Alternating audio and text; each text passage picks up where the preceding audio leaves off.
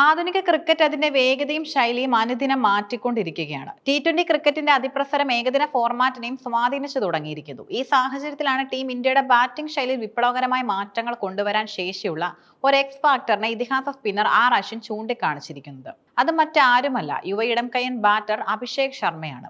ന്യൂസിലൻഡുമായുള്ള ഏകദിന പരമ്പര പടിവാതിക്കൽ നിൽക്കെ അഭിഷേകിനെ ടീമിൽ ഉൾപ്പെടുത്തണമെന്ന അശ്വിന്റെ ആവശ്യം ക്രിക്കറ്റ് ലോകത്ത് വലിയ ചർച്ചകൾക്ക് തുടക്കമിട്ടിട്ടുണ്ട്. തന്റെ യൂട്യൂബ് ചാനലിലൂടെയാണ് അശ്വിൻ അഭിഷേക് ശർമ്മയെക്കുറിച്ച് വാചാലനായത്. കേവലം ഒരു ബാറ്റിംഗ് പ്രതിഭ എന്നതിലുപരി ഇന്ത്യൻ ബാറ്റിംഗിന്റെ മനോഭാവം തന്നെ മാറ്റാൻ ശേഷിയുള്ള താരമാണ് അഭിഷേക് എന്ന് അശ്വിൻ വിശ്വസിക്കുന്നു. ഏകദിന ക്രിക്കറ്റിലെ ആദ്യ 10 ഓവറുകളിൽ കൂടുതൽ ആക്രമണപരമായ ബാറ്റിംഗ് ഇന്ത്യക്ക് ആവശ്യമാണ്. രോഹിത് ശർമ്മ തുടങ്ങിവെച്ച അഗ്രസീവ് ശൈലി തുടരാൻ അഭിഷേകിനോളം മികച്ച മറ്റൊരു താരവും ഇപ്പോഴില്ല. അസാധാരണമായ ആത്മവിശ്വാസത്തോടെയും ഭയരഹിതമായ പന്തുകളെ നേരിടാനുള്ള അഭിഷേകിന്റെ കഴിവ് അവനെ മറ്റ് യുവതാരങ്ങളിൽ നിന്നും വേറിട്ട് നിർത്തുന്നു. ഈ വർഷത്തെ പ്ലെയർ ഓഫ് ദി ഇയർ പുരസ്കാരം അഭിഷേകിന് ലഭിക്കുമെന്നും അശ്വിൻ പ്രത്യാശ പ്രകടിപ്പിച്ചു. T20 ക്രിക്കറ്റിൽ ഇതിനോടകം തന്നെ ഒരു ബാറ്റിംഗ് കൊടുങ്കാറ്റായി മാറാൻ അഭിഷേക് ശർമ്മയ്ക്ക് സാധിച്ചിട്ടുണ്ട്. അദ്ദേഹത്തിന്റെ കണക്കുകൾ ഏതൊരു ബൗളറെയും ഭയപ്പെടുത്തുന്നതാണ്.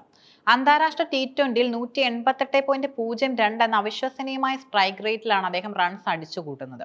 വെറും 33 മത്സരങ്ങളിൽ നിന്നും 1115 റൺസ് അദ്ദേഹം സ്വന്തമാക്കി കഴിഞ്ഞു. 2 അന്താരാഷ്ട്ര T20 സെഞ്ചുറികളും 6 അർദ്ധ സെഞ്ചുറികളും അദ്ദേഹത്തിന്റെ അക്കൗണ്ടിലുണ്ട്. ഇതിനോടകം 73 സിക്സറുകൾ അദ്ദേഹം പറത്തിക്കഴിഞ്ഞു. ഈ ആധിപത്യം ഏകദിനത്തിലും പ്രാവർത്തികമാക്കിയാൽ ഇന്ത്യയുടെ സ്കോറിംഗ് വേഗത വർദ്ധിക്കും. ഇന്ത്യൻ ക്രിക്കറ്റിലെ മറ്റൊരു യുവ വിസ്മയമായ ജയ്സ്വാളിനൊപ്പമാണ് പലപ്പോഴും അഭിഷേകിന്റെ പേര് കേൾക്കാറുള്ളത്.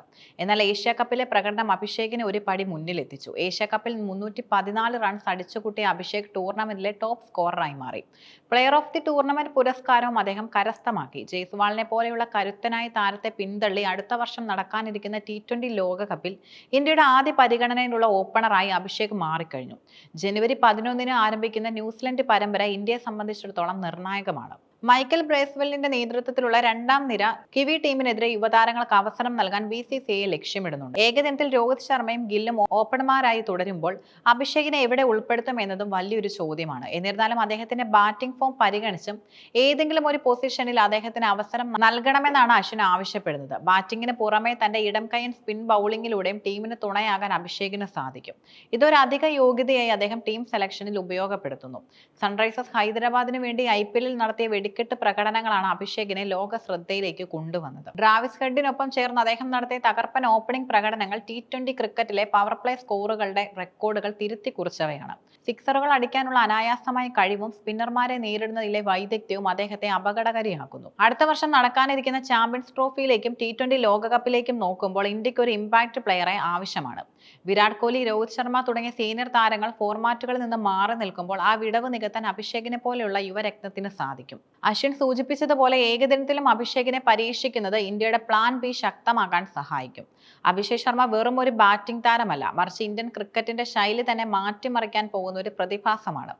അശ്വിനെ പോലെയുള്ള ഒരു മുതിർന്ന താരത്തിന്റെ പിന്തുണ അദ്ദേഹത്തിന്റെ ആത്മവിശ്വാസവും വർദ്ധിപ്പിക്കും. ന്യൂസിലൻഡുമായുള്ള പരമ്പരയിൽ അദ്ദേഹം ഏകദിന ജേഴ്സി അണിയുന്നത് കാണാൻ കാത്തിരിക്കുകയാണ് ആരാധകർ. അദ്ദേഹത്തിന്റെ വരവ് ഇന്ത്യൻ ഏകദിന ടീമിന് പുതിയൊരു ഊർജ്ജവും ആക്രമണ ശൈലിയും നൽകുമെന്നതിൽ തർക്കമില്ല.